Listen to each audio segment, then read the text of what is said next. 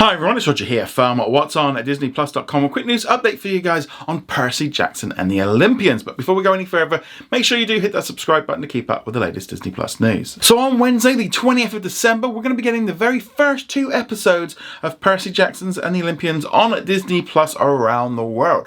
But that's not all. Disney is doing a little bit of cross promotion because the very first episode will also be available on Hulu at the same time. Now, this one's only going to be available for a limited time until January, but it's a nice little way of just kind of getting Hulu subscribers maybe to kind of check out the show, and then they might jump over to Disney Plus or upgrade to get Disney Plus to get access to see the rest of the show. A little bit of cross promotion, and I think we're going to see a lot more of this in the coming months ahead of the official launch of Hulu on Disney Plus in March. Obviously, it's in beta mode right now.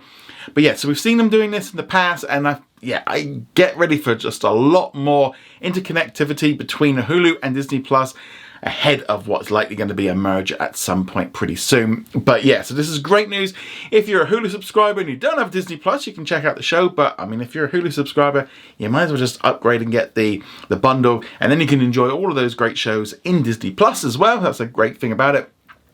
Also, last night there was a premiere event at the Met in New York, and a whole host of different people were there, including the stars of the show.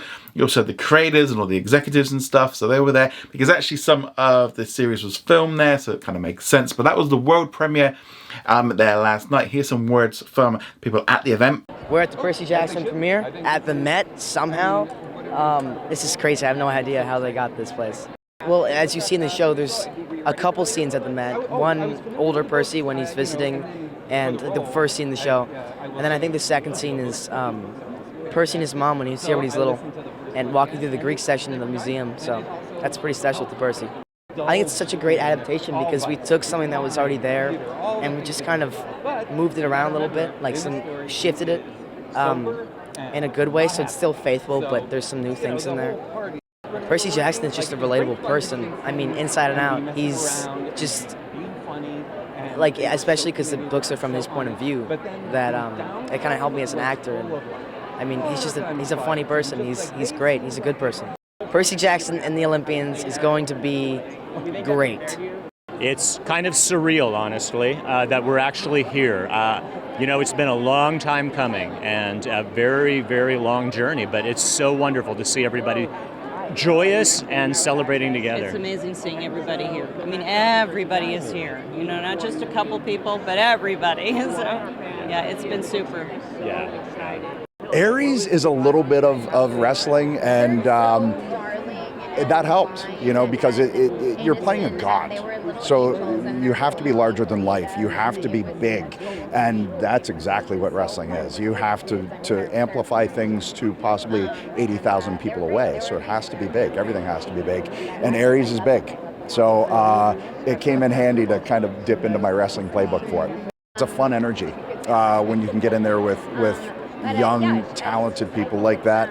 The boys were very excited. Because I was saying before, they're very, at that stage, they were very into their Rocky Balboa stage and how many push-ups can you do and all of those things. So I was like, well, you guys can probably do more than I can. So it was a lot of fun. Just really good energy, really wide open, and it was a lot of fun. Got to ride a Harley.